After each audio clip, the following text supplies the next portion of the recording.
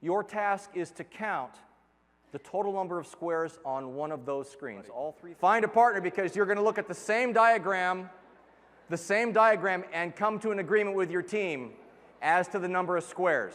You all have a partner? Take a look and see what you got. Back here, you are so gutsy. For $1, what does your team have? 30. Do you all agree? Your team agrees? Hold, yeah, let's see. There you go. Hold hand, yeah.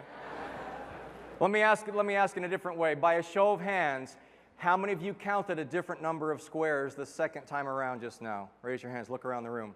That's most of you. Okay. Let's take a look and see what we have.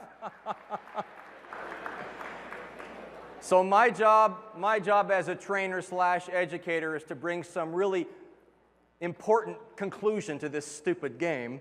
So here's the important conclusion. Remember I talked about outwit, outlast, and outplay the competition. The only way you can outwit or outthink the competition is to see all the opportunities that are out there, all the possibilities. And those squares, be it 16 or 30 or 35, whatever you come up with, those represent business opportunities or business challenges, right? And if you only count a certain way every single time, you're missing out on lots of things, whether they be mistakes that you shouldn't make or possibilities that you've never explored. The only way that you can outplay the competition is by being flexible. And the number of you that raised your hands after the second go-round who said, I counted it a different way. You got there because you listened to your colleague, they listened to you, you trusted each other. Admittedly, there's not a lot of emotion in this, there's not a lot of politics involved, but you saw it from their viewpoint.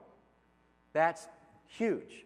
That's leveraging that Nancy talked about. And then the only way that you can sustain or outlast the competition is by having a team upon which you can rely.